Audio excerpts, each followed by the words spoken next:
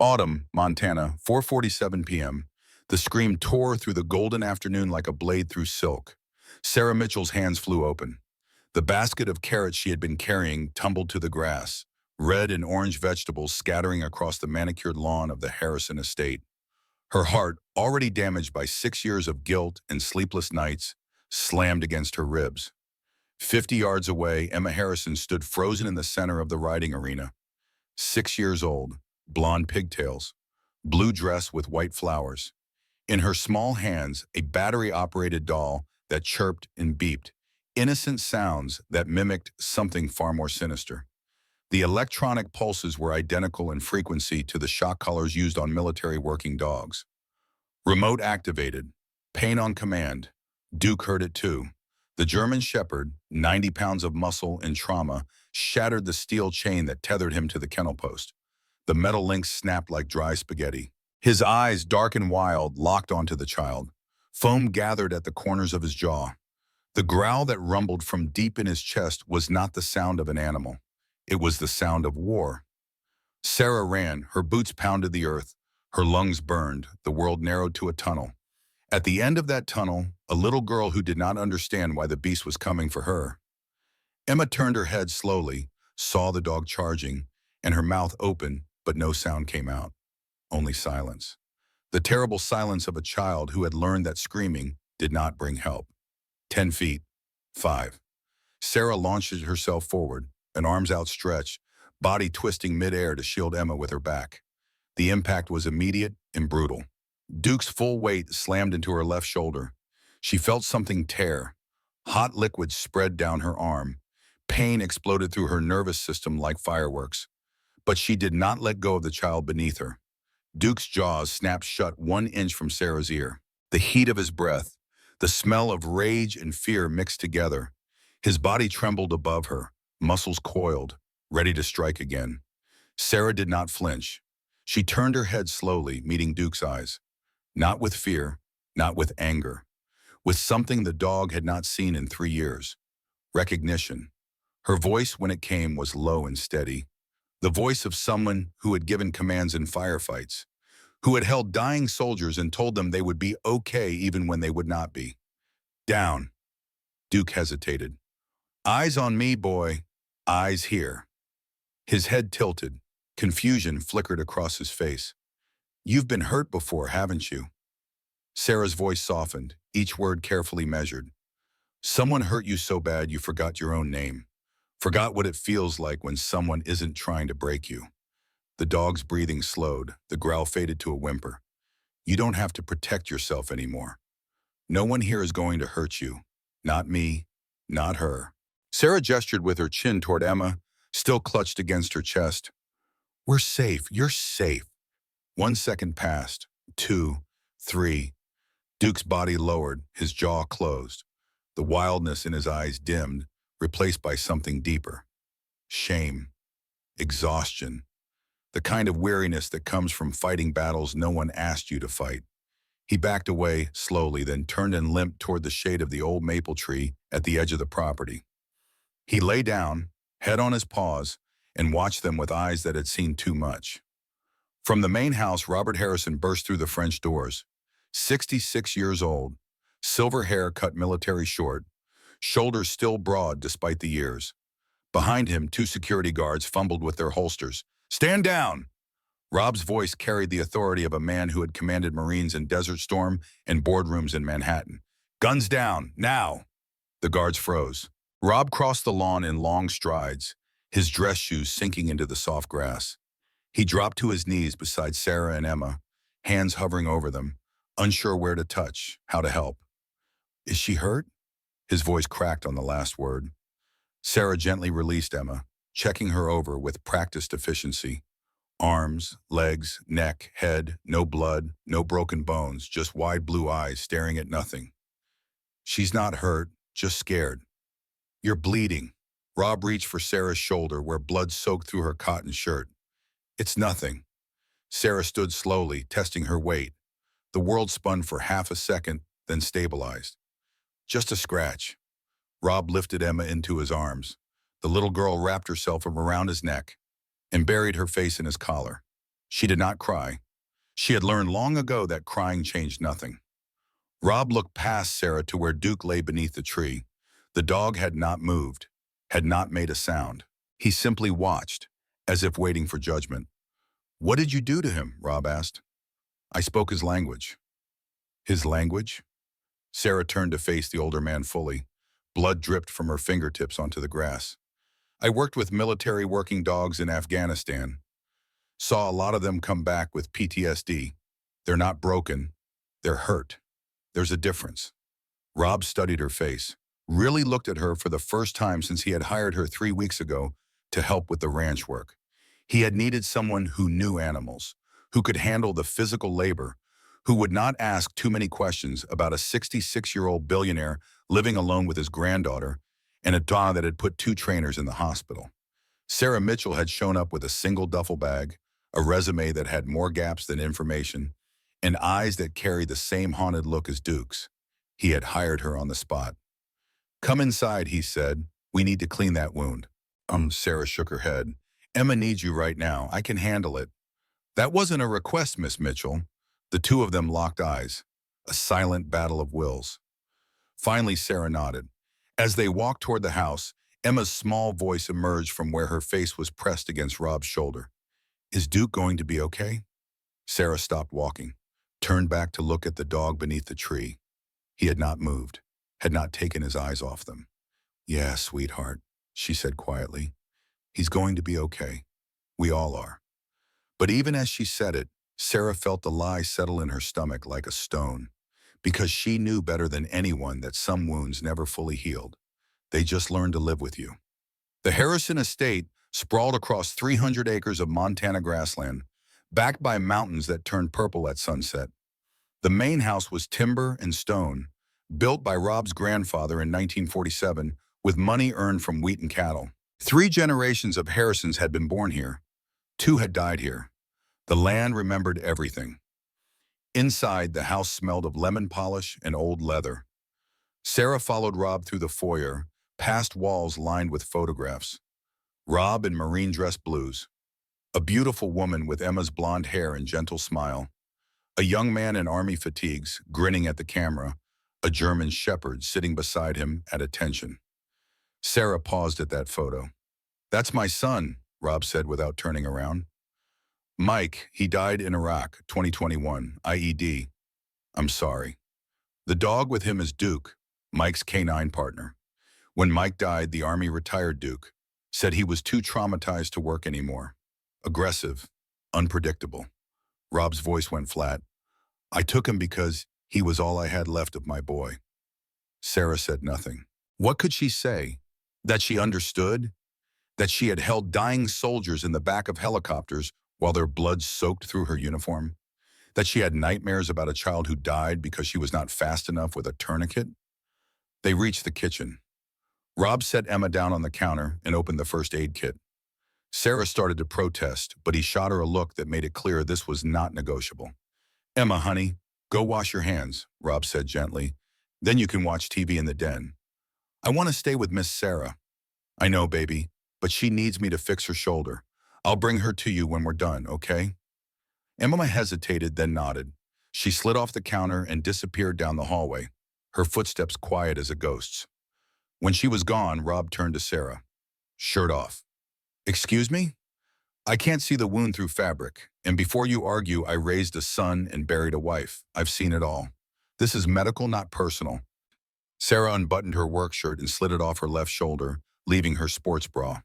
The dog's teeth had not broken skin, but the impact had torn muscle. A deep purple bruise was already spreading across her shoulder blade. Rob cleaned the wound with steady hands.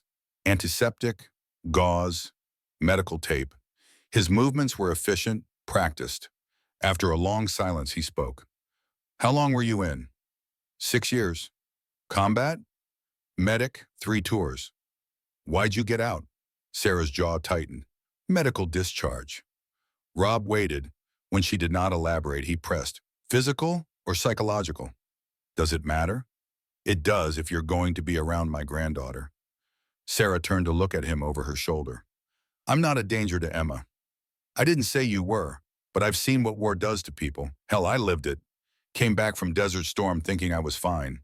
Took me 2 years to admit I needed help. He secured the last piece of tape. So I'll ask again. Physical or psychological? Both. Rob handed her the shirt back. Tell me. Sarah pulled the shirt on slowly, buying time. When she finally spoke, her voice was barely above a whisper. There was a kid, 8 years old, Afghan. We got called to a village after a mine went off. He was still alive when we got there, but barely, bleeding from his stomach. I worked on him the whole helicopter ride back to base, held pressure, called for blood, did everything right. She paused. Her hands, which had been steady while dressing, now trembled slightly. He died anyway, looked right at me and said, Mama, and then he was gone. Just like that. 8 years old. That's not your fault. I know that, logically. But when I got back to base, I found out we didn't have his blood type on the helicopter. Oh, negative. Universal donor. We should have had it. We always had it. But some logistics officer screwed up the supply order. What did you do? I found that officer, shoved him against a wall, told him he killed that kid. They had to pull me off him. Sarah looked down at her hands. I spent 6 months in a military psychiatric facility, diagnosed with PTSD and anger issues. They gave me an honorable discharge and sent me home. And then? And then I spent 3 years drifting. Couldn't hold a job, couldn't hold a relationship, couldn't look at kids without seeing his face. She met Rob's eyes. Until I saw your job posting. Animals don't judge. They don't ask questions. I thought maybe I could start over. Rob leaned against the counter, arms crossed. Emma has nightmares. Did you know that? I heard her crying the other night. She lost her mother 2 years ago. Victoria, my daughter-in-law, she just left one morning, packed a bag and walked out. Emma was 4. She stopped talking for 6 months after that. When she finally started speaking again, it was only to ask when Mommy was coming home. Where's Victoria now? Rob's expression darkened. She comes and goes, shows up every few months with promises and apologies. Stays for a week, maybe 2, then disappears again. Last time she was here, Emma started wetting the bed again. I thought it was just anxiety about her leaving, but now I wonder. Wonder what?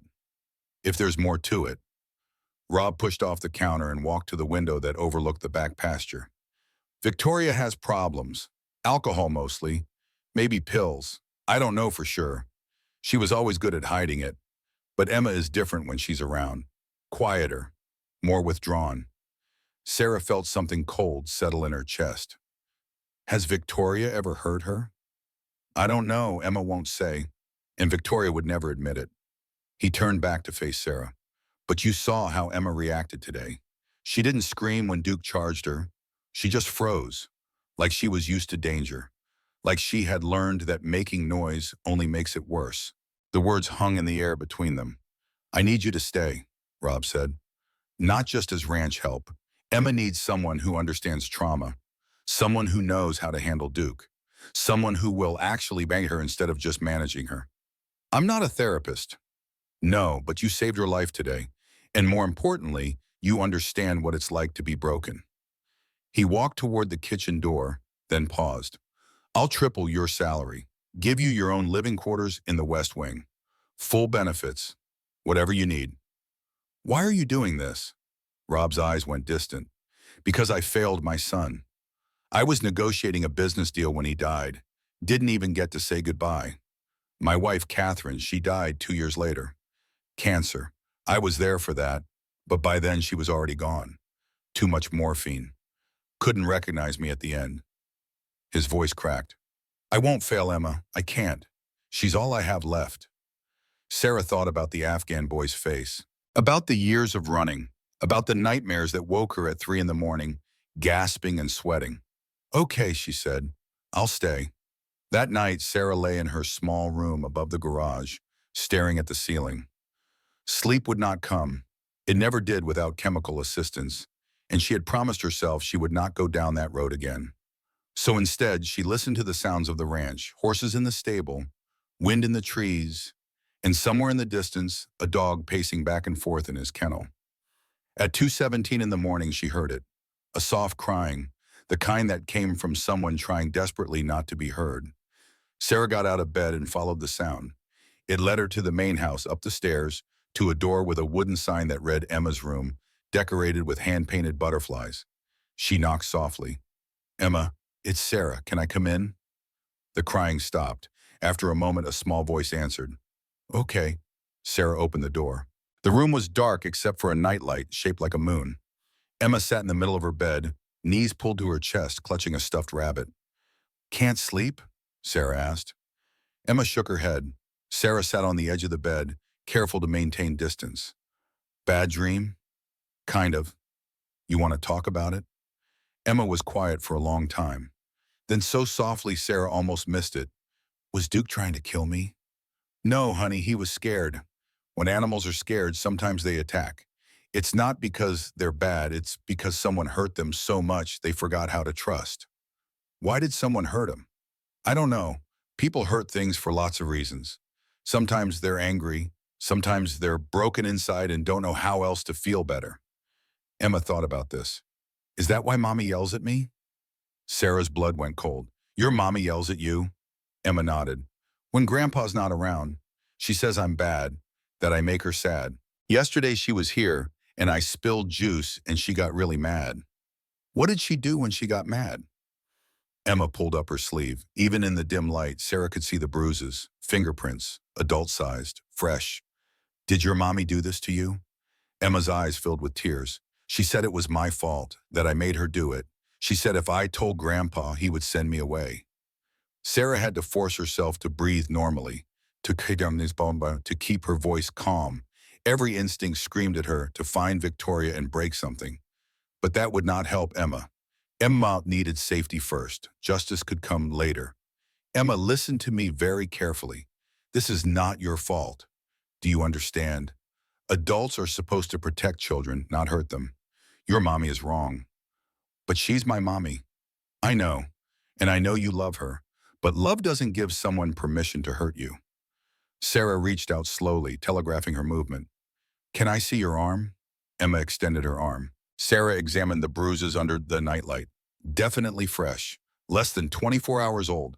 She had seen enough injuries in the field to know. "Does Grandpa know about this?" Emma shook her head quickly. "Mommy said if I told, something bad would happen.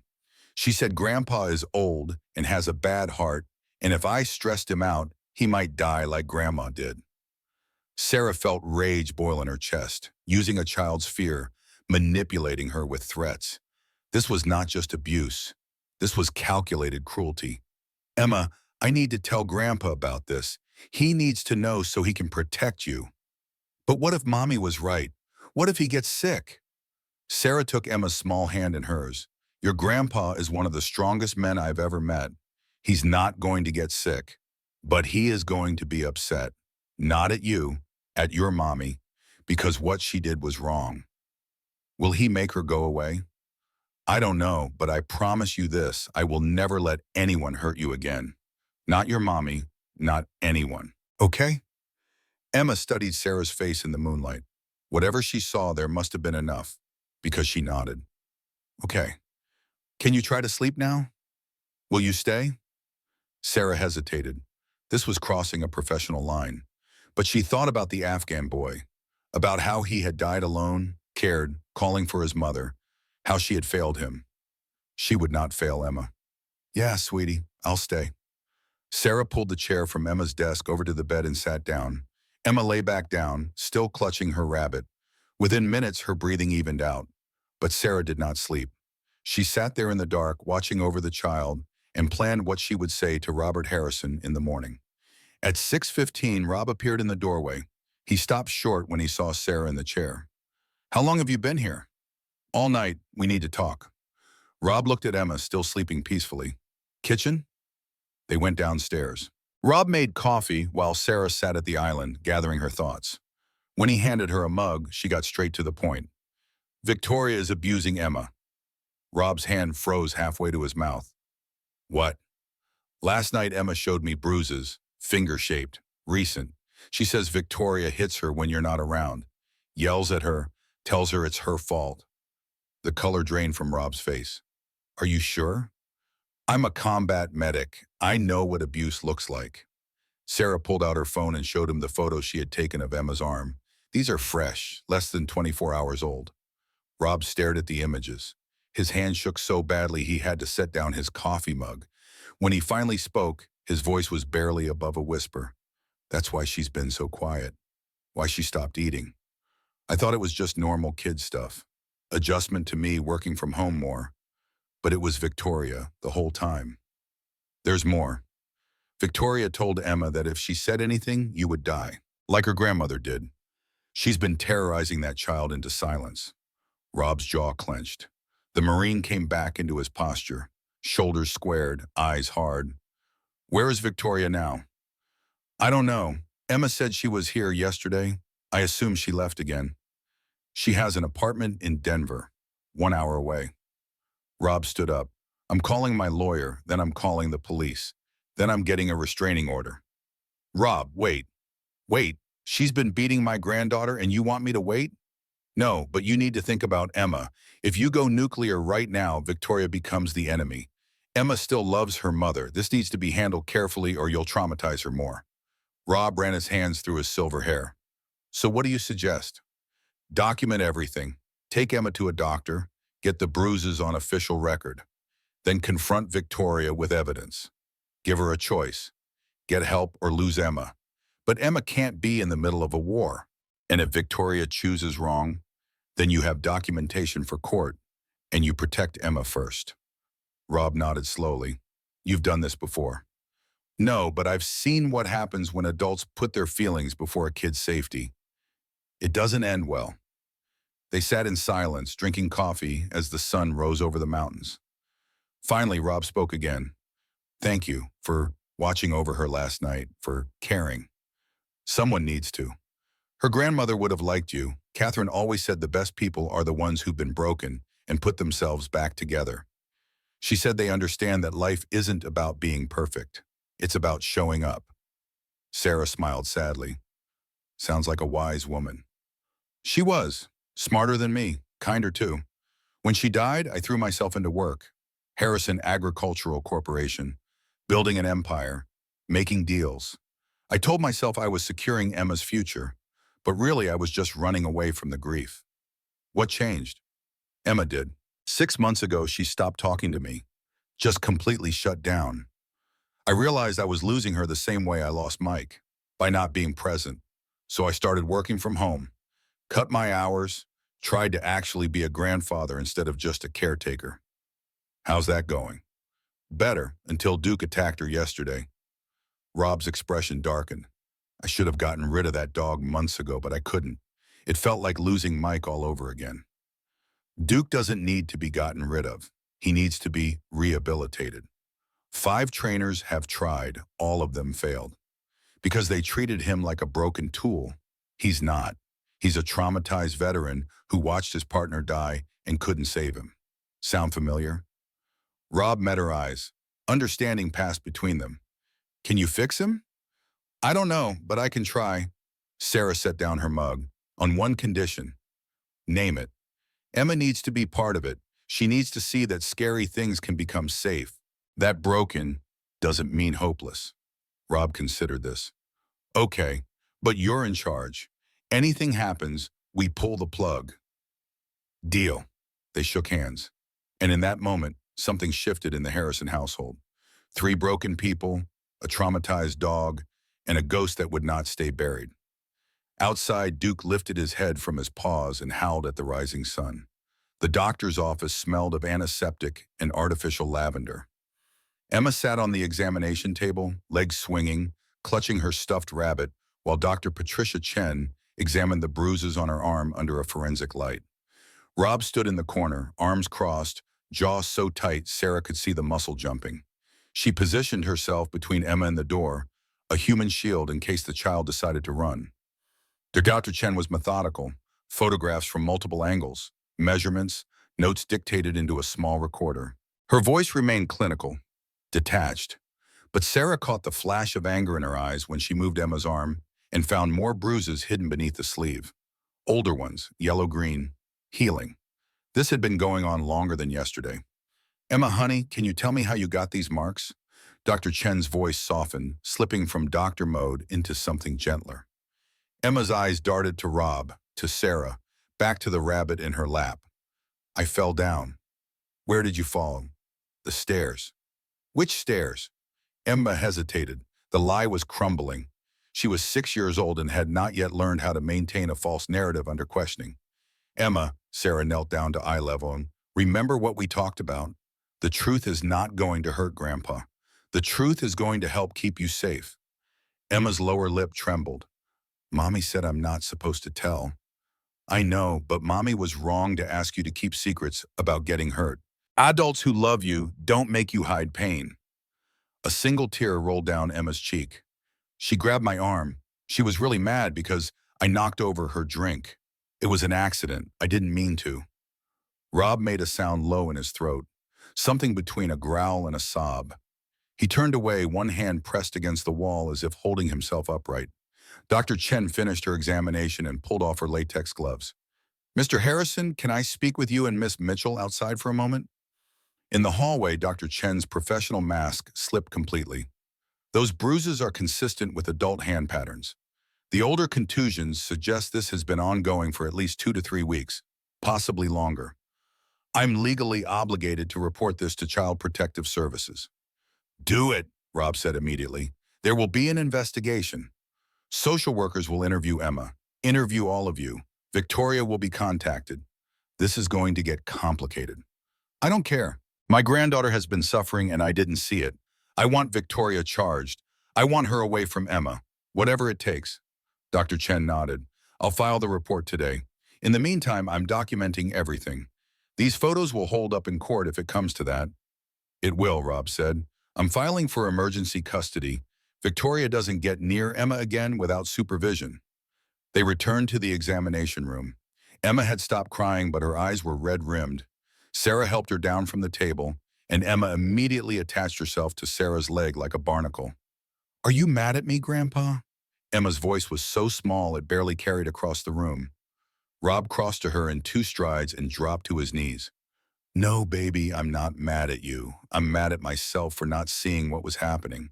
And I'm mad at your mommy for hurting you. But you did nothing wrong. Do you understand me? Nothing. Emma nodded, but Sarah could see she did not believe it. That would take time. Maybe years. Maybe therapy. Maybe it would never fully heal. Some wounds ran too deep. They drove back to the ranch in silence. Emma fell asleep in the back seat, exhausted from the emotional toll. When they pulled up to the main house, Sarah saw a white Range Rover parked in the circular driveway. Victoria. Rob saw it too. His hands tightened on the steering wheel until his knuckles went white. Stay in the car with Emma, Nena, he said. Like hell, Sarah replied. You're about to confront an abuser who's been manipulating a child. You need a witness. I need you to protect Emma. Emma's asleep, and if Victoria tries anything, I can handle it. They stared at each other. Finally, Rob nodded. Stay behind me. They found Victoria in the kitchen, making herself coffee like she owned the place. She wore designer jeans and a cashmere sweater. Her blonde hair was perfectly styled, her makeup flawless. She looked like she had stepped out of the country club catalog. When she saw Rob, she smiled. There you are. I was wondering when you'd get back. I thought we could have lunch. Talk about my visit schedule for Emma. I've been doing really well lately, and I think it's time we discussed me having her for weekends. Rob said nothing. He simply walked to the kitchen island and placed his phone down.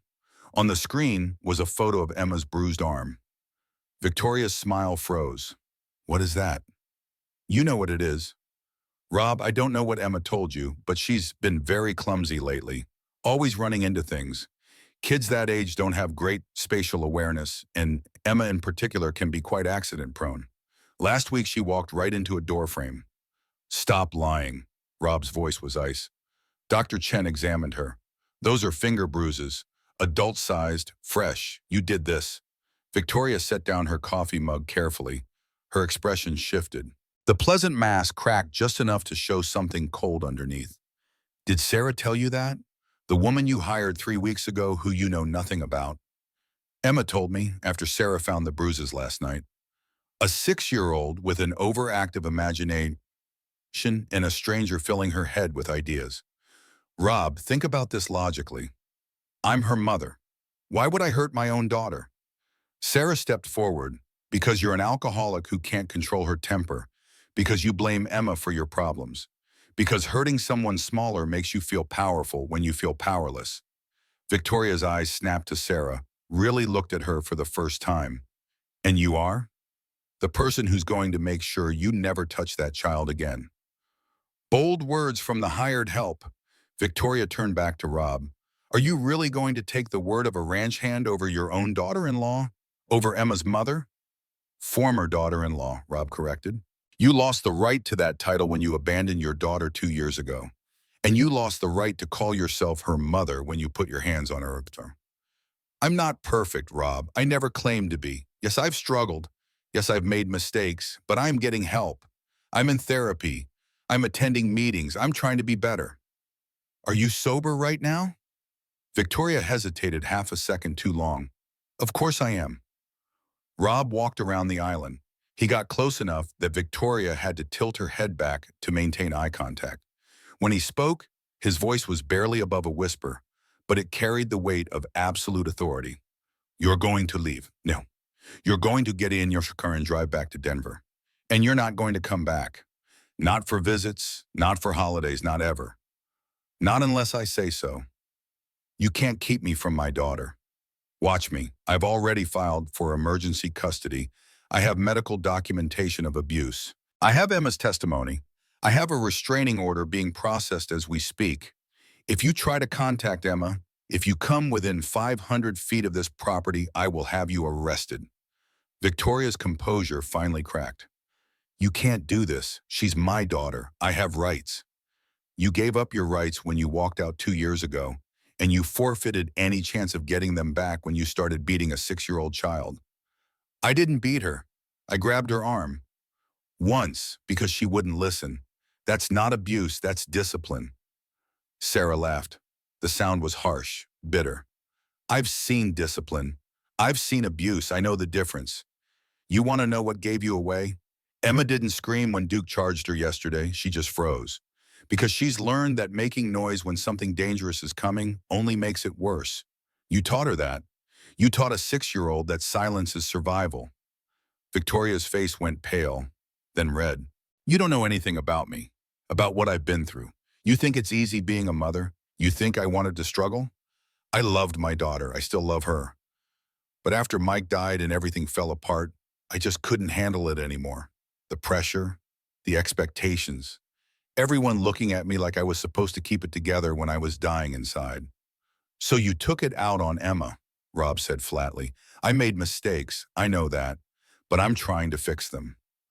Victoria's voice broke, real tears now, not performative ones.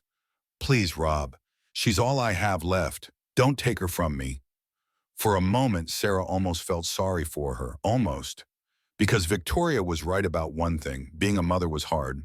Being a mother with addiction was harder. Being a mother with addiction and trauma was nearly impossible. But Emma was 6 years old, and Emma's safety mattered more than Victoria's redemption arc. Rob must have been thinking the same thing because his expression did not soften. You want your daughter back? Get help, real help. Not weekend therapy sessions and AA meetings you attend twice a month. I'm talking about inpatient treatment, 90 days minimum. Prove to me you're serious. Prove to me you can stay sober. Prove to me you can manage your anger. And then maybe we can talk about supervised visits. But until then, you stay away. Victoria stared at him. Something in her expression shifted. Calculation. She was weighing options, measuring outcomes. And if I don't, then I pursue full custody. I bring up the abandonment, the abuse, the addiction. I make sure every judge in Montana knows exactly what kind of mother you are. And you lose Emma, permanently. The kitchen fell silent except for the ticking of the grandfather clock in the hallway. Finally, Victoria picked up her purse. Fine, you win, for now. But this isn't over, Rob. She's my daughter. And eventually she's going to want to know why you kept us apart. Then I'll tell her the truth, that I kept her safe. Victoria walked to the door, then paused. She looked back at Sarah. You think you're saving her. You think you're the hero, but you don't know the whole story. You don't know what really happened in this family. Then tell me. Victoria smiled. It did not reach her eyes. Ask Rob about the night Catherine died. Ask him where Mike really was when the IED went off. Ask him about the business deals that built this empire. Then tell me who the real villain is. She left. The Range Rover's engine roared to life. Gravel crunched under tires, then silence. Rob stood motionless in the center of the kitchen. His shoulders sagged as if Victoria had taken something vital with her when she left. Sarah wanted to ask about Victoria's parting words, but the look on his face stopped her. I need to make some calls, he said quietly. Can you check on Emma? Sarah found Emma still asleep in the car. She carried the child inside and up to her room, tucking her into bed with the stuffed rabbit. Emma stirred but did not wake. Sarah sat in the chair by the bed, the same one she had occupied the night before, and watched the rise and fall of the little girl's chest. Her phone buzzed. A text from an unknown number. Stay away from my family or you'll regret it. Sarah deleted it without responding. The next morning brought a social worker named Linda Martinez, early 50s, kind eyes, a briefcase full of forms. She spent 2 hours interviewing Rob, then Sarah, then Emma, alone in the playroom with toys and coloring books to make it less intimidating. When Linda emerged, her expression was carefully neutral. I'll be filing a report with my supervisor. Based on the medical evidence and Emma's statements, we're recommending that Victoria's access to Emma be restricted pending further investigation. A court hearing will be scheduled within 2 weeks.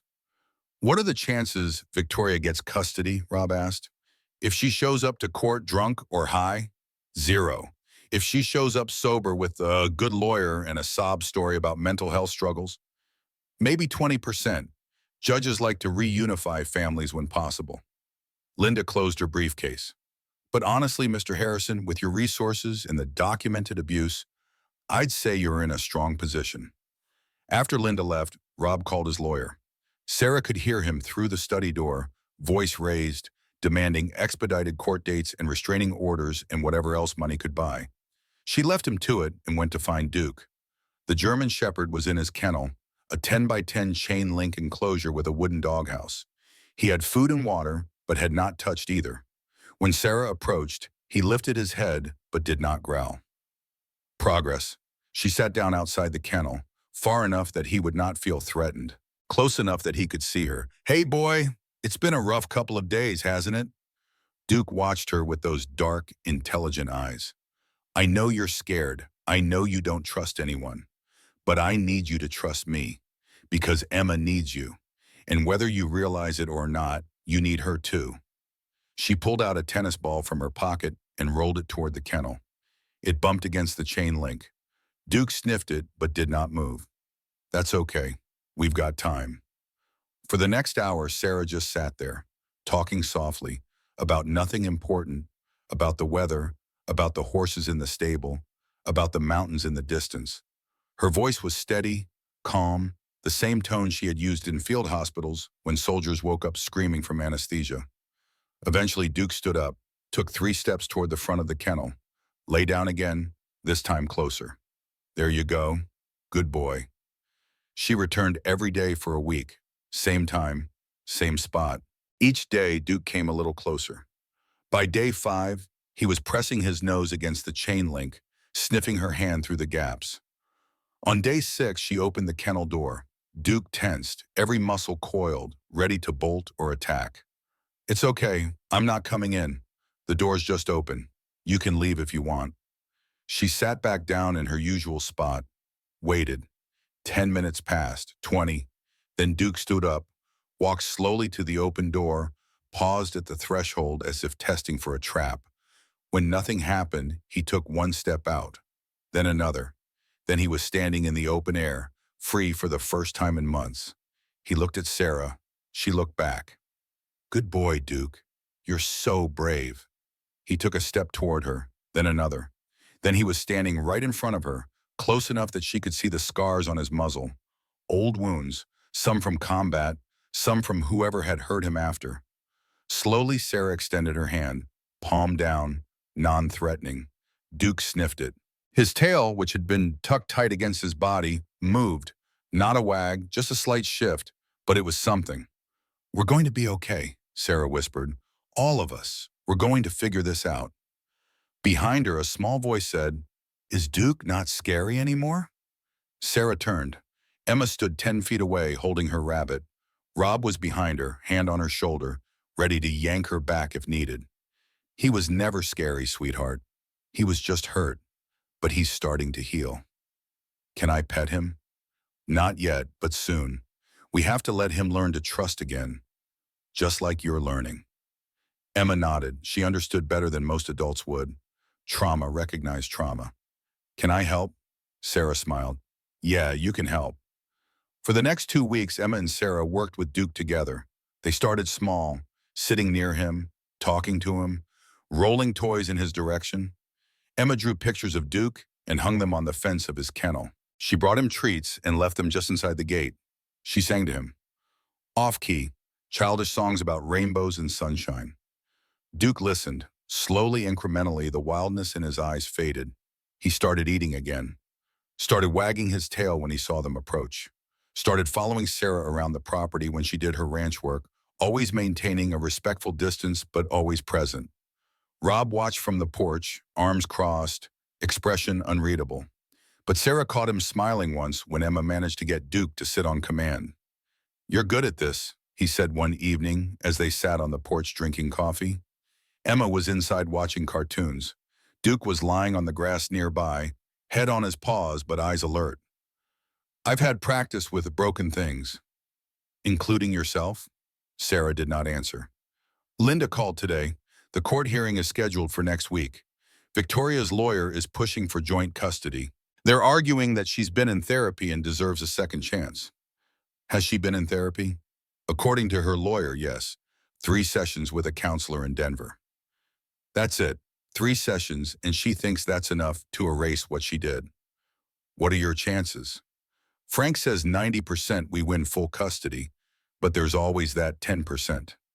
Judges are unpredictable, especially when a mother shows up crying about how much she loves her child. Emma doesn't want to see her. I know, but the court might order supervised visitation anyway.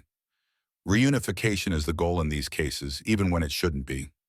Sarah set down her coffee mug. "There's something I need to tell you." Rob turned to look at her. The night Victoria left, she said something. About Catherine, about Mike. She said to ask you what really happened. Rob's expression went carefully blank. "Victoria says a lot of things when she's cornered."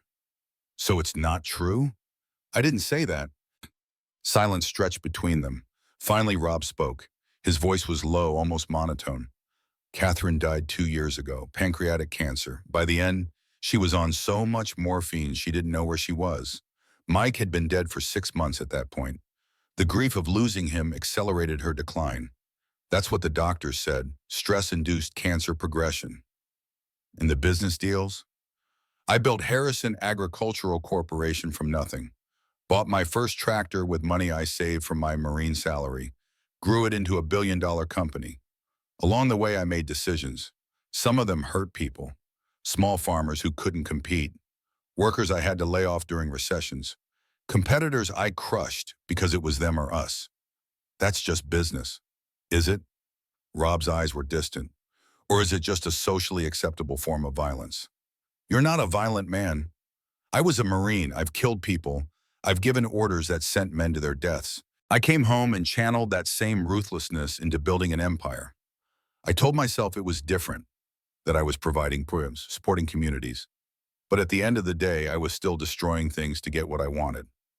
That doesn't make you like Victoria, doesn't it? She hurts people because she's in pain. I hurt people because it was profitable. At least she has the excuse of addiction. What's mine?" Sarah had no answer for that. They sat in silence as the sun set behind the mountains, painting the sky in shades of orange and purple. Duke shifted position, moving closer to the porch. Still wary, but less afraid. "The hearing is in 5 days, Rob said. Frank wants you to testify about finding the bruises, about Emma's behavior." "What about Emma? Will she have to testify?" "The judge will interview her in chambers. No jury, no formal testimony, just questions." "That's going to be hard on her." "I know, but it's necessary." That night, Sarah could not sleep. She got out of bed at 2 in the morning and went to the stable. The horses nickered softly when she entered. She found the one she had been riding during her ranch work. A bay mare named Rosie, gentle, patient. She was brushing Rosie when she heard footsteps. Couldn't sleep either? Rob's voice came from the doorway. Old habit. In Afghanistan, we worked 18-hour shifts. Sleep came when it came. Rob entered the stable and leaned against the stall door. Victoria hired a private investigator. Sarah's hand stilled on the brush. What? Got a call from Frank an hour ago. Apparently, Victoria's lawyer is digging into everyone's background. Mine, yours. Looking for ammunition. What will they find? On me, that I'm a ruthless businessman who prioritizes profit over people. That I was absent for most of Mike's childhood because I was building an empire. That Catherine died while I was on a business call I refused to postpone. His voice was bitter. They'll paint me as a workaholic who neglects family. And me? That depends. What's in your past, Sarah? She resumed brushing Rosie, long, steady strokes, buying time. I told you about the medical discharge. That's not what I'm asking. Frank did a basic background check when I hired you. There are gaps, big ones. What happened between your discharge and now? Sarah set down the brush, turned to face him. I drifted, worked odd boys, tried to outrun the nightmares. It didn't work. About 3 years ago, I hit bottom, stood on a bridge in Birmingham, and seriously considered jumping. Rob's expression did not change, but she saw something flicker in his eyes. Recognition. Understanding. What stopped you? A dog, stray mutt, walked up to me on that bridge and just sat down. Looked at me like he was asking what I was doing. I ended up sitting there petting him for 2 hours. By the time the sun came up, I had decided that if a stray dog could find a reason to keep living, maybe I could too. What happened to the dog? Took him to a shelter. They said he'd be adopted within a week. Dogs like that, the ones who save you, they always find homes. She met Rob's eyes. That's when I started volunteering with trauma rehab dogs. Figured if I couldn't save myself, maybe I could save them. And now? Now I'm here, trying to save Emma, trying to save Duke, maybe trying to save myself in the process. Rob nodded slowly. Victoria's investigator is going to find all of this. The suicide attempt, the psych hold. They'll argue you're unstable, that you shouldn't be around Emma. Are they right? No, you're the most stable person in this house. But that won't matter in court. They'll twist it. So what do? We tell the truth. We own your past. We explain that you've done the work, that you've healed, that you're exactly what Emma needs because you understand trauma. He pushed off the stall door. And we hope it's enough. 3 days before the hearing, a black Mercedes pulled up to the ranch. Sarah watched from the window as a man in an expensive suit emerged. 40-something, slicked back hair, the kind of smile that did not reach the eyes. Victoria's lawyer, his name was Derek Stone, partner at one of Denver's most prestigious family law firms. Reputation for winning custody cases that should have been unwinnable. As he walked toward the house, Sarah noticed the way he moved. Confident, predatory, a shark who had smelled blood. Rob met him at the door. Mr. Stone, you have 5 minutes. I only need 3. Derek pulled out a folder. Inside is a settlement offer. Victoria drops her custody petition. You agree to supervise visitation. 2 hours every other weekend. Professional supervisor present. Everyone walks away without a trial. No, you haven't looked at the terms yet. I don't need to. Victoria hurt Emma. She doesn't get visitation. She doesn't get anything until she completes legitimate treatment. Derek's smile widened. Mr. Harrison, I've reviewed the case file. The medical evidence is concerning, I'll grant you. But Emma is 6. 6-year-olds are notoriously unreliable witnesses. They have vivid imaginations. They say what adults want to hear. A good defense attorney could dismantle her testimony in minutes. Are you threatening my granddaughter? I'm explaining reality. Victoria has been in therapy. She has a documented mental health condition. Depression, anxiety. The court will be sympathetic. They'll see a struggling mother who made a mistake, not a monster. Rob's voice went cold. Get off my property. Think carefully about this. If we go to trial, I will put your entire life under a microscope. Your business practices, your parenting of Mike, your absence when Catherine died. I will make you look like a man who destroys everything he touches. And then I'll contrast that with Victoria. Flawed, yes, but present, loving, trying.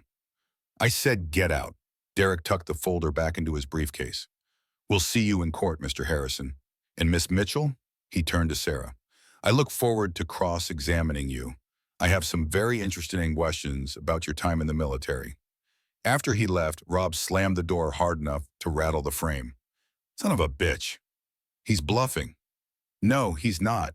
Derek Stone doesn't bluff. He researches. He finds weak points, and then he exploits them.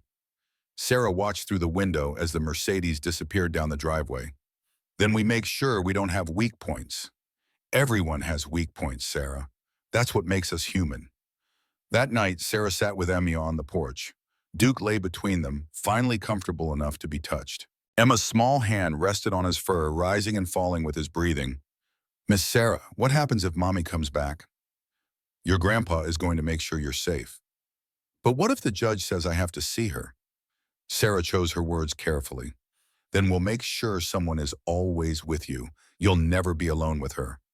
I don't hate her. I know I should, but I don't. You don't have to hate her, Emma. She's your mom. It's okay to love someone and also know they're not safe for you right now. Emma thought about this. Do you love anyone? The question caught Sarah off guard. I did, once. I loved someone very much. What happened to them? They died, a long time ago. Was it your fault? Sarah's breath caught, out of the mouths of children. I used to think so, but I'm learning that sometimes bad things just happen, and blaming yourself doesn't change it. Emma leaned against Sarah's shoulder. Grandpa says you're going to stay, that you're part of the family now. Is that okay with you? Yeah, you make Duke not scared, and you make me not scared either. Sarah wrapped an arm around the little girl. Duke's tail thumped twice against the wooden boards of the porch. Above them, the Montana sky filled with stars. Thousands of them, millions. Each one a distant sun that had died long ago, its light only now reaching Earth. Sarah had learned in some college astronomy class she barely remembered that when you looked at the stars, you were looking at the past, that everything you saw had already happened. She wondered if healing worked the same way, if you could only see your own recovery after it had already occurred, if in the moment you were still blind to your own transformation.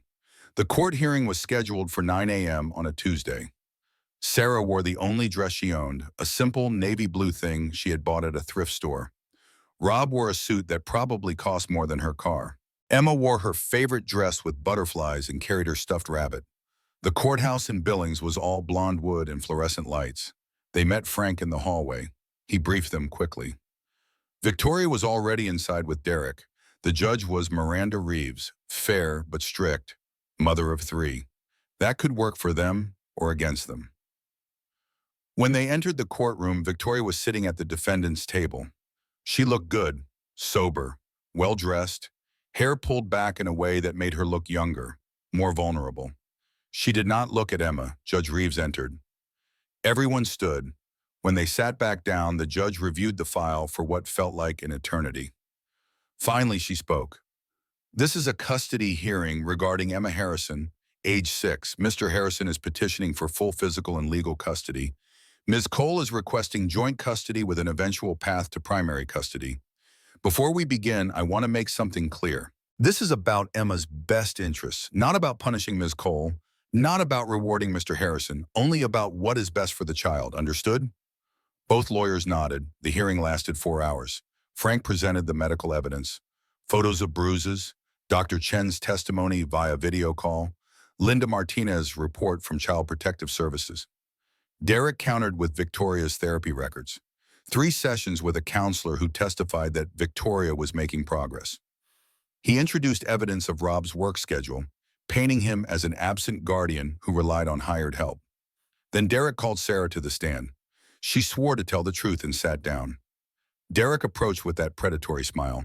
Miss Mitchell, you've only been employed at the Harrison Ranch for 4 weeks, correct? Yes. And yet Mr. Harrison is asking the court to trust your assessment of his granddaughter's well-being. Tell me, what are your qualifications to evaluate child welfare? I'm a registered nurse, combat medic. I have training in trauma response. And you were dishonorably discharged from the military, weren't you? Medical discharge, honorable. After assaulting a superior officer. After pushing a superior officer during an argument that occurred because you were, and I quote from your psychiatric evaluation, experiencing a psychotic break due to PTSD. Isn't that correct? Sarah's hands gripped the arms of the witness chair. I was grieving. A child died in my care. I wasn't thinking clearly. So you admit you were unstable. I was 6 years ago. I've since received treatment. Have you? Derek pulled out another document. According to your medical records, which you signed a release for when you gave your deposition, you were hospitalized 3 years ago for suicidal ideation. You stood on a bridge planning to jump. Does Mr. Harrison know about this? From the corner of her eye, Sarah saw Rob's expression. He knew, but Emma did not. Emma was sitting in the back with a court-appointed guardian, coloring, but her head lifted at Derek's words. Yes, Sarah said quietly, he knows. And yet he allows you unsupervised access to his granddaughter, a woman with documented violent tendencies and suicidal thoughts. Tell me, Miss Mitchell, how is that responsible? Because I've done the work. I've been in therapy for 3 years. I take medication. I attend support groups. I'm stable. Are you, or are you one bad day away from another breakdown? Derek leaned closer. What happens if Emma triggers your PTSD? What happens if she reminds you of the Afghan child who died? Will you freeze? Will you hurt her? Objection, Frank stood. Counsel is speculating. Sustained. Mr. Stone, stick to facts. But the damage was done. Sarah could see it on Judge Reeves' face. The doubt, the concern. The hearing ended with Judge Reeves announcing she would review all evidence and issue a ruling within 1 week. Everyone filed out. Victoria and Derek left through one exit. Rob, Sarah, and Emma through another. In the parking lot, Emma tugged on Sarah's dress. Are you sick? No, honey, I'm okay. That man said you wanted to die. Sarah knelt down. I did, once, a long time ago, but I don't anymore, because I have reasons to live now. You're one of those reasons. Emma hugged her, tight, desperate. Rob watched them, jaw clenched. When Emma ran ahead to the car, he turned to Sarah. I should have prepared you for that. It's fine. It's not fine. He made you look unstable. He made me look negligent. And now Emma thinks you're going to hurt yourself. I'll talk to her. Make sure she understands. Derek is good at his job. He found every weakness and exploited it. Sarah met his eyes. Then we better hope the judge cares more about Emma's safety than our past mistakes. They drove back to the ranch in silence. When they arrived, Duke was waiting by the front gate. His tail wagged when he saw Emma. The little girl ran to him, and for the first time since the attack, she threw her arms around the dog's neck. Duke stood perfectly still, accepting the embrace. Sarah watched them and thought about redemption, about second chances, about whether broken things could ever be fully repaired or if they just learned to function around the cracks. 5 days later, Judge Reeves issued her ruling. Emergency custody granted to Robert Harrison. Victoria's parental rights suspended pending completion of a 90-day inpatient treatment program. After successful completion, supervised visitation would be reconsidered. Victoria did not appeal. According to Derek, she checked herself into a facility in California the same day. That night, Sarah, Rob, and Emma sat on the porch. Duke lay between them. The stars came out one by one, filling the sky with ancient light. Is it over? Emma asked. Rob pulled her close. For now, sweetheart. For now. But Sarah knew better. Nothing was ever truly over. Trauma didn't disappear. It just learned to coexist with healing. The past did not vanish. It just made room for the future. And sometimes, if you were very lucky, that was enough. 6 months passed like water through fingers. Winter came to Montana with teeth. Snow buried the pastures under 3 feet of white silence. The horses grew thick coats and huddled together in the barn. Ice formed on the window panes in patterns that looked like frozen ferns. And inside the Harrison house, something remarkable happened. They became a family. Not the easy kind, Not the kind that smiled in holiday cards and pretended everything was fine, but the real kind. The kind built from shattered pieces, glued back together with patience and time. Emma stopped wetting the bed. She started laughing again, real laughter that bubbled up from her chest without fear chasing behind it. She drew pictures that were not all dark colors and sharp edges. She learned to ride Rosie without assistance, her small body finding balance in the saddle. Duke became her shadow. Where Emma went, Duke followed. He slept outside her door at night. He waited by the school bus stop every afternoon. When Emma had nightmares, which still happens sometimes, Duke would nose open her door and climb onto the bed, all 90 pounds of him, and she would wrap her arms around his neck and breathe until the fear passed. Sarah moved from the room above the garage into the west wing of the main house. Her quarters were modest but comfortable. A bedroom, a small sitting area, a bathroom with a clawfoot tub where she soaked away the aches from ranch work. Rob insisted, said it made more sense if she was going to be Emma's primary caregiver. Said the family should live together. Family. The word still felt strange in Sarah's mouth. Foreign, like speaking a language she had once known but forgotten. Rob started working less. He delegated more to his executive team at Harrison Agricultural Corporation. He attended Emma's school plays and parent-teacher conferences. He learned to braid hair, badly, but Emma wore his lopsided braids with pride. On Sunday mornings, he made pancakes shaped like animals. They were misshapen lumps that barely resembled anything, but Emma named them anyway. That's an elephant. That's a giraffe. That's a dinosaur. And Victoria? Victoria called once a week from the treatment facility in California. The calls were supervised. 10 minutes. Emma would sit at the kitchen table with the phone on speaker, Rob and Sarah flanking her like bookends. Victoria's voice sounded different, clearer, more present. "I'm learning a lot about myself," she said during one call, "about why I self-medicate, about the anger. They say I have something called complex PTSD from my childhood. I always thought PTSD was just for soldiers, but apparently anyone can get it if the trauma is bad enough." Emma listened, picking at a loose thread on her sleeve. "Are you getting better, Mommy Me?" "I'm trying, baby, I'm really trying." After each call, Emma would be quiet for hours. Sarah learned not to push, just to be present, to let the child process in her own time. On a Thursday in March, when the snow finally started to melt and the first green shoots pushed through the mud, Victoria completed her 90 days. She called that night, and for the first time, she asked to speak to Rob privately. Sarah took Emma upstairs for bath time while Rob took the call in his study. When Sarah came back down an hour later, she found him sitting in the dark, staring at the phone in his hand. "What did she say?" Rob looked up. His eyes were red. "She wants to see Emma, face to face. Says she has things she needs to say. Apologies she needs to make." "What did you tell her?" "That I'd think about it." He set the phone down. "Her counselor says she's made real progress. 93 days sober. That's the longest she's been clean in 5 years. She's been going to meetings every day, working the steps, all the things she was supposed to do years ago." "Do you believe it?" "I want to, for Emma's sake. Every little girl deserves a mother who shows up. But I also remember every other time Victoria promised to change. Every other time she swore it would be different." "So what do you do?" Rob stood and walked to the window. Outside, Duke was making his final rounds of the property before bed. The dog had developed a routine: patrol the perimeter, check the barn, return to his spot outside Emma's door, like a soldier who never forgot his training. I let her try, but on our terms, supervised visits, here at the ranch, 1 hour at a time. And if she slips even once, if she shows up drunk or high or angry, it's over. Sarah moved to stand beside him. "That's fair."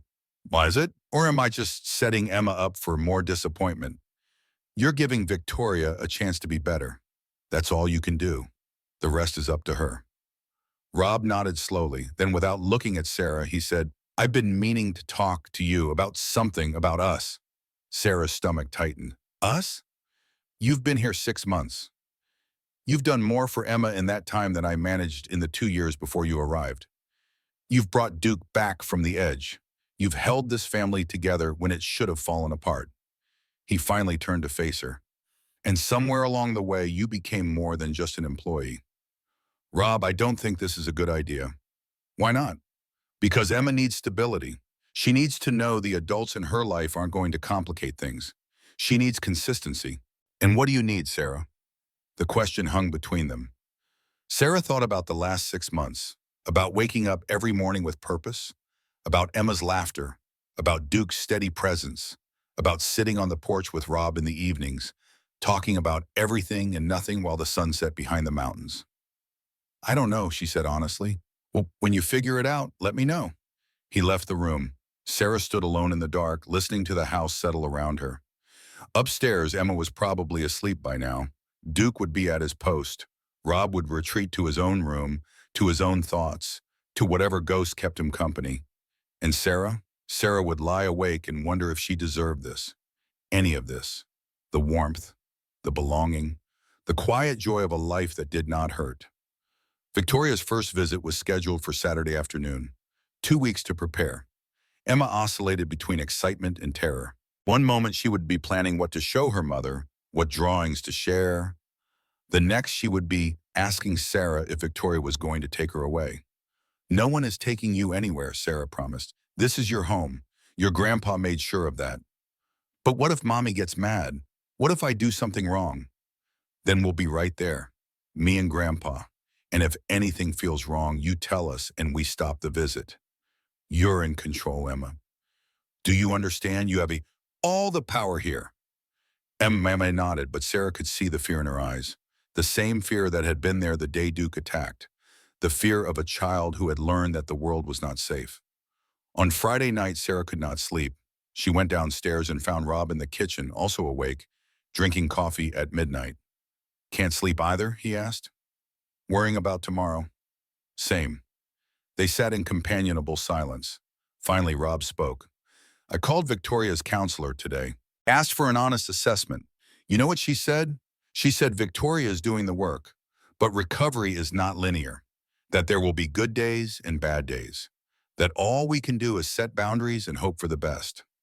That's not very reassuring. No, it's not. Rob stared into his coffee. I keep thinking about what Victoria said before she left, about asking me what really happened the night Catherine died. You don't have to tell me. I want to. He took a breath. Catherine died at home. Hospice. She'd been on morphine for weeks, in and out of consciousness. The night she died, I was on a conference call, Japan, closing a deal worth $50 million. My phone buzzed. The hospice nurse. I saw it. I knew what it meant, and I let it go to voicemail. Sarah said nothing. I stayed on that call for another 45 minutes, closed the deal, hung up, called the nurse back. Catherine had been gone for 30 minutes by then. Died alone while I was talking about profit margins and distribution networks, his voice cracked. I told everyone I was on the phone with lawyers, estate planning, that I didn't hear it ring. But that was a lie. I heard it. I just chose money over my wife. Rob. Mike knew he was there. He saw me on the phone, saw the nurse come out and shake her head, saw me finish the call before going in to say goodbye to his mother's body. He didn't speak to me for 3 months after that. When he deployed to Iraq, I tried to apologize, tried to explain, but he just said, I know what matters to you, Dad. I've always known. He forgave you. He must have. He named you as Duke's guardian. Did he? Or did he just have no one else? His marriage fell apart before he deployed. His friends were all military. I was his only family. Rob set down his coffee cup. Victoria was right. I destroy everything I touch. Maybe Emma would be better off if I did give custody to Victoria. Stop. Sarah's voice was sharp. You're not that person anymore. Whatever you were when Catherine died, you're different now. I see it. Emma sees it. Even Duke sees it. How do you know? Because I'm different too. I'm not the woman who stood on that bridge 3 years ago. I'm not the medic who lost it in Afghanistan. We're both broken, but we're both healing, and that's enough. Rob looked at her for a long moment. Then he reached across the table and took her hand. His palm was warm, calloused from years of work.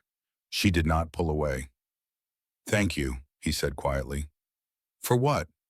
For staying. for believing we're worth saving. Saturday arrived with clear skies and temperatures finally above freezing. Emma changed her outfit 3 times, settled on jeans and a pink sweater, brushed her hair until it shone, clutched her stuffed rabbit with white-knuckled hands. At 2 o'clock, a taxi pulled up to the front gate. Victoria emerged. She looked different, thinner, hair shorter, no makeup, jeans and a plain blue shirt. She carried a small bag and walked toward the house like someone approaching a ledge. Rob opened the door before she could knock. Victoria. Rob. She looked past him to where Emma stood half hidden behind Sarah's legs. Hi, baby. Emma did not move. They settled in the living room, Victoria on one couch, Emma on the other between Rob and Sarah. Duke lay at Emma's feet, eyes fixed on Victoria. His body language was neutral but alert, ready. You look good, Emma, Victoria said. Her voice shook slightly. You've gotten taller. It's only been 6 months, Mommy. I know, but you grow so fast. Victoria's hands twisted in her lap. I wanted to come here today to say some things, important things. And I need you to listen, okay? Really listen. Emma nodded. What I did to you was wrong. Grabbing you, hurting you, yelling at you, telling you to keep secrets, all of it was wrong, and it was not your fault. Do you hear me, Emma? None of it was your fault. You said I was bad. I know, and I lied. You're not bad. You've never been bad. I was bad. I was sick and angry, and I took it out on you because you were small and couldn't fight back. That's what bullies do, and I was a bully to my own daughter. Emma's eyes filled with tears. I still love you. Victoria's composure shattered. Oh, baby, I love you too. So much, more than I know how to say. But love isn't enough. I have to be safe. I have to be sober. I have to be the mommy you deserve. And I wasn't. For a long time, I wasn't. Are you better now? I'm trying. I'm going to meetings. I'm taking medicine for my brain. I'm learning about why I get so angry. But being better is not something you do once and then you're fixed. It's something you have to choose every single day, and some days are going to be harder than others. Rob leaned forward. If Emma agrees, we'd like to set up regular visits, once a month to start. Here at the ranch, supervised.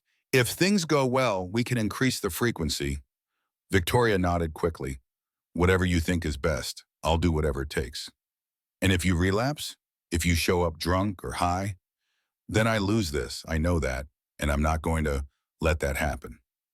They spent the next 45 minutes talking, carefully, tentatively. Victoria showed Emma photos from rehab, the garden she had helped plant, the art therapy projects she had made, a painting of a tree with roots going deep into the ground. My counselor says we have to grow roots before we can grow branches. I'm working on my roots. Emma showed Victoria her own drawings. The family portrait with Rob, Sarah, Duke, and Victoria standing separate but still connected. The picture of Duke with wings. The sketch of the ranch house with every window lit up. This is home, Emma said. This is safe. At 3:15, Rob stood. Time's up, Victoria. Victoria nodded. She knelt down in front of Emma, but did not reach for her. Can I have a hug goodbye? Emma looked at Sarah. Sarah gave a small nod. Emma stepped forward and let her mother embrace her. Brief, careful. Then she stepped back. I'll see you next month, baby, Victoria said, and I'll call next week, like always. After Victoria left, Emma went straight to her room. Sarah found her 20 minutes later, sitting on her bed, staring at nothing. You okay, sweetheart? I don't know. She seemed different. But what if she's pretending? What if she gets mad again? Then we protect you, like we always have, like we always will. Sarah sat beside her. You don't have to figure out how you feel right now. You don't have to forgive her or trust her or do anything. You just have to be honest about what you need. What I need? Yeah, if seeing her makes you feel bad, we stop the visits. If you want to see her more, we can talk about that. This is about you, Emma. Not her, not us, you. Emma leaned against Sarah's shoulder. I'm glad you're here. Me too, baby. Me too. The visits continued, once a month, then twice. By summer, Victoria was coming every other weekend. She arrived sober every time. She brought small gifts, books, art supplies, a necklace with Emma's birthstone. She never pushed, never demanded more than what was offered. In July, she asked if she could take Emma for a walk around the property. Just the two of them. Rob hesitated. Sarah stepped in. I'll follow at a distance. Duke too. If anything feels wrong, I'll intervene. They walked the perimeter of the property, Victoria and Emma in front, Sarah and Duke 50 yards behind. Sarah could not hear what they were saying, but she saw Emma's body language. Relaxed, open, laughing once. Victoria cried at some point, but Emma reached up and patted her mother's hand. When they returned to the house, Emma ran inside to show Rob a flower Victoria had picked for her. Victoria hung back with Sarah. Thank you, Victoria said, for everything, for saving her, for giving me another chance, for not hating me. I don't hate you, I just want Emma to be safe.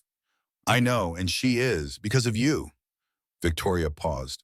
Rob loves you. You know that, right? Sarah stiffened. We're friends, colleagues. No, you're more than that. I see the way he looks at you, the way you look at him, and I think it's good. Emma deserves to see what healthy love looks like. God knows I never showed her that. Victoria, I'm not trying to replace you. I know, you're not replacing me. You're being what I should have been. And I'm grateful. She started walking toward the taxi waiting at the gate. Take care of them, Sarah. All of them. They need you. That night, Rob asked Sarah to join him on the porch after Emma went to bed. The summer air was warm, thick with the smell of grass and horse and earth. Duke dozed nearby. The stars were coming out. Victoria thinks I should tell you something, Rob said. She told me already that you have feelings for me. And what do you think about that? Sarah was quiet for a long time. I think I came here broken. I think I expected to stay broken. But somewhere along the way, Emma taught me how to be gentle again. Duke taught me how to be patient. And you taught me that it's possible to build something good from ruins. That's not an answer. I'm scared, Rob. I'm scared that if I let myself feel this, if I let myself want this, it'll get taken away. Everything I've ever loved has been taken from me. My career, my mental health, the child in Afghanistan, even the possibility of having my own family.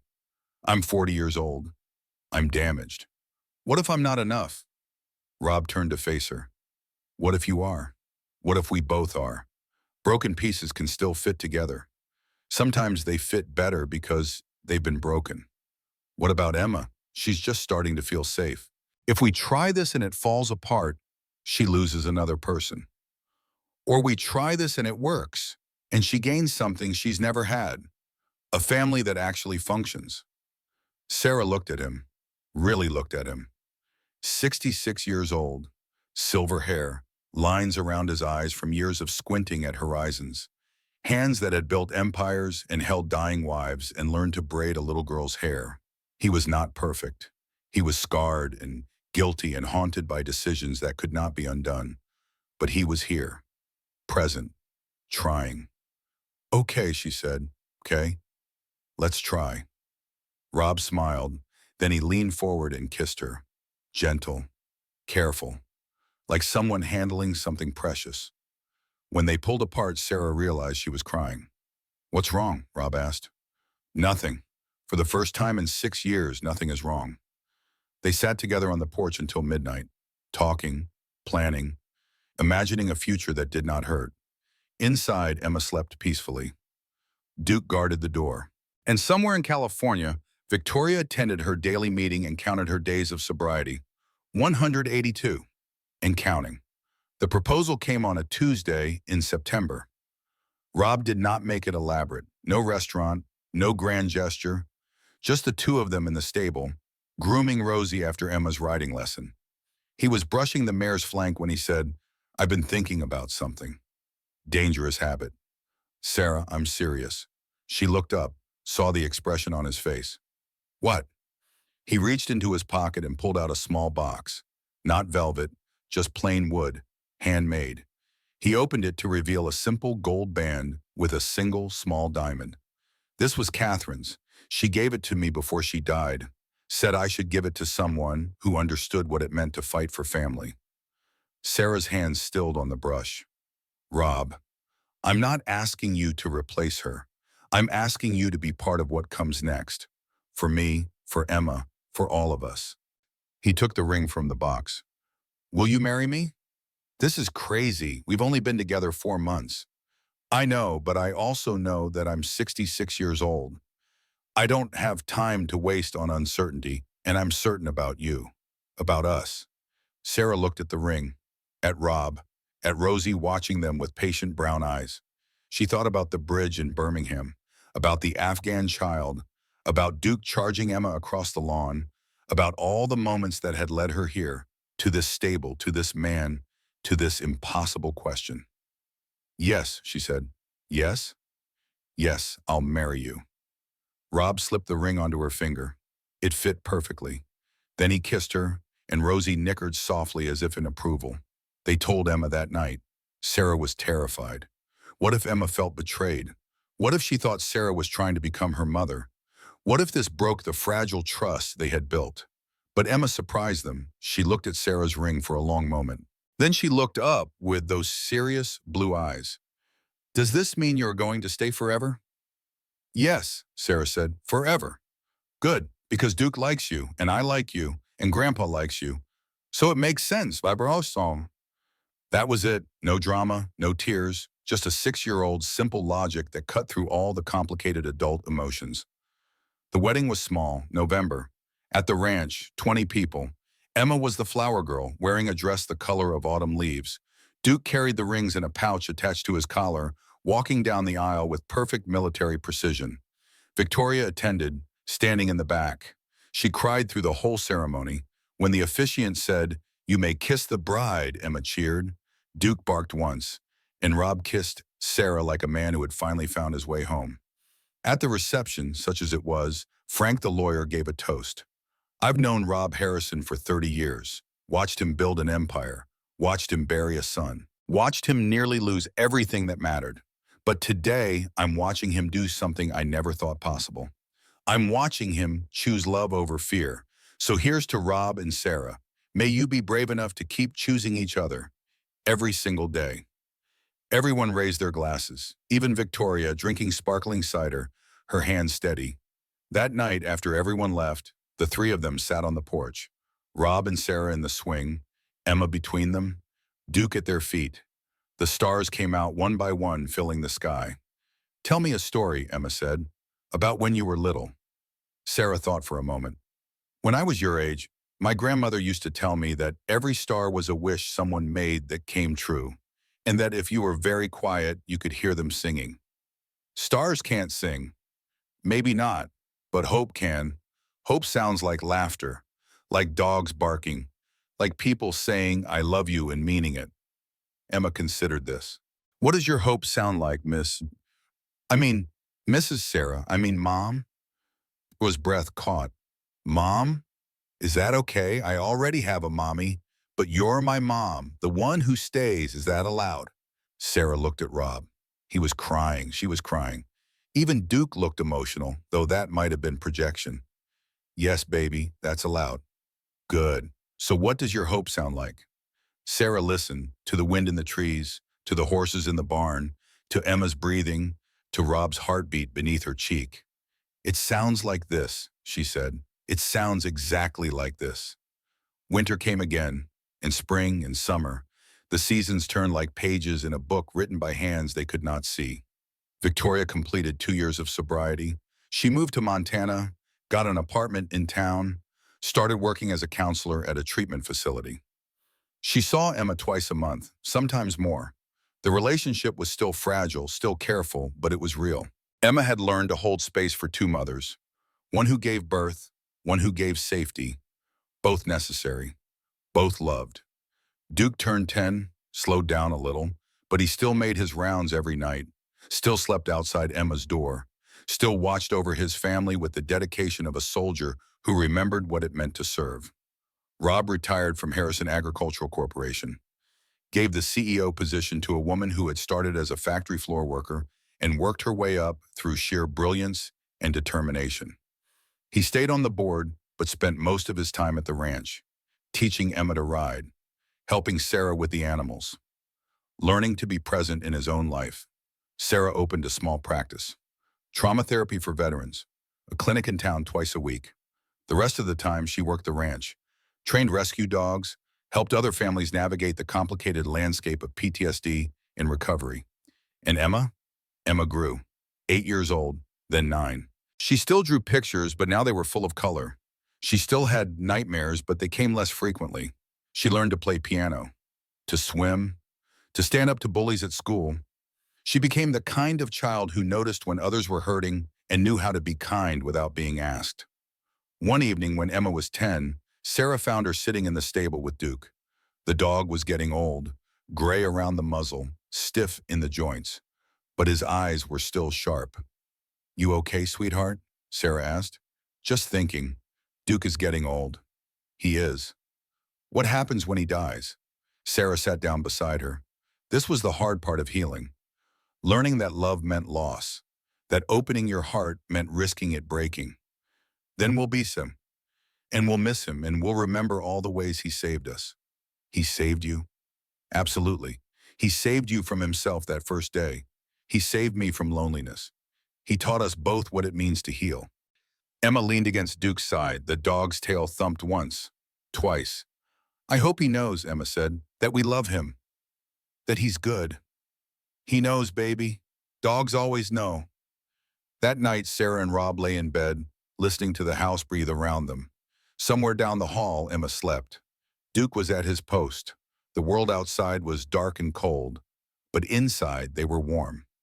"Do you ever think about Afghanistan?" Rob asked suddenly. "Every day." "Does it still hurt?" "Yes, but differently now. Before it was sharp, like a knife. Now it's dull, like an old scar that aches when the weather changes." She turned to face him. "Why do you ask?" "Because I still think about Mike, about Catherine, about all my failures, and I wonder if I'll ever stop." "You won't, but that's okay. They're part of you, part of us. We don't heal by forgetting. We heal by remembering and choosing to keep living anyway." Rob pulled her closer. "How did I get so lucky finding you?" "You didn't find me. Emma did. She's always been the hero of this story." In the morning, Sarah woke to find Emma standing in the doorway. She was 12 now, almost a teenager, too old for stuffed rabbits, but she still came to them sometimes when the world felt too big. "Can I come in?" "Always." Emma climbed into bed between them. Duke, who had followed her, settled on the floor beside the bed. They lay there, the four of them, watching dust motes dance in the sunrise streaming through the window. "I have to do a project for school," Emma said, "about family. I'm supposed to interview my parents about where they came from." "What do you want to know?" Rob asked. "Everything. I want to know about Grandma Catherine, about my dad, about Mom Sarah's time in the war, about how you all found each other. I want to know the real story, not the easy version." Sarah and Rob looked at each other over Emma's head. They had always planned to tell her everything. Someday, when she was old enough, when the time was right. Maybe the time was now. "Okay," Sarah said. "We'll tell you everything. But it's not a happy story. Parts of it are really hard." "I know, but it's our story, and I need to know where I come from. The good parts and the bad parts, all of it." So they told her about Mike dying in Iraq, about Catherine's death, about Rob's guilt, about Sarah's PTSD, about the bridge, about Victoria's addiction, about the bruises, about the court battle, about Duke's trauma, about every painful moment that had brought them to this place. Emma listened without interrupting. When they finished, she was quiet for a long time. "Thank you for telling me," she said finally, "and thank you for not giving up. On yourselves, on each other, on me." "We'll never give up on you," Rob said. "Never." "I know, but I also know that love is a choice. You taught me that, and I'm choosing this. Choosing all of you, even the broken parts." Later that day, Sarah watched Emma play with Duke in the yard. The dog could barely run anymore, but he tried. For Emma. He always tried for Emma. Rob came to stand beside her. "She's going to be okay." "I know. We all are." "I know that too."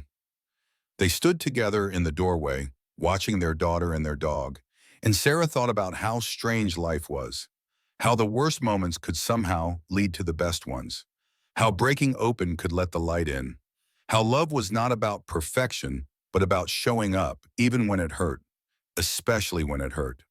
Duke died peacefully in his sleep 3 months later. They buried him beneath the maple tree where he used to lie and watch over Emma. The whole family cried. Victoria came. Even she had grown to love the dog that had saved her daughter. They planted lavender on his grave. Emma made a sign. Here lies Duke, a good boy, a brave soldier, a friend. On that night, Emma crawled into bed between Sarah and Rob. She was almost 13 now, too old for this. But grief made children of everyone. Do you think Duke is with Maid and Grandma Catherine now? She asked. I think so, Rob said. I think they're all together, whole, at peace. Do you think they were proud of us? Sarah kissed the top of Emma's head. Yes, baby, I think they're very proud. 2 years passed. Emma turned 15. She started volunteering at Sarah's clinic, helping veterans work through trauma. She was good at it, patient, understanding. She knew what it meant to survive something that should have destroyed you. Victoria celebrated 5 years sober. She dated a man who treated her with kindness. She still saw Emma regularly. Their relationship would never be simple, but it was real, and real was enough. Rob turned 70, still strong, still present, still choosing love over fear every single day. And Sarah? Sarah learned to sleep through the night without medication. The nightmares came less often. When they did, Rob held her, reminded her where she was, who she was, that she was safe. On a Sunday in May, they all sat on the porch together. Rob, Sarah, Emma, Victoria. 5 years since the wedding. 7 since that first terrible day when Duke attacked Emma. Tell me again, Emma said, how we became a family. Rob smiled. We didn't become a family, we survived into one. What's the difference? Becoming happens to you. Surviving is something you choose. We chose each other. Every day, even when it was hard. Especially when it was hard. Emma nodded. She understood. She had always understood. The sun set behind the mountains, painting the sky in shades of gold and rose. Somewhere in the distance, a horse whinnied. A bird called. The wind moved through the grass like breath. And Sarah realized something she had not known before. That healing was not about erasing the past. It was about making peace with it. That family was not about blood. It was about choice. That love was not something you fell into. It was something you climbed toward, step by painful step, until one day you looked up and realized you had arrived. She was home. They all were. And that was enough. More than enough. It was everything. The end.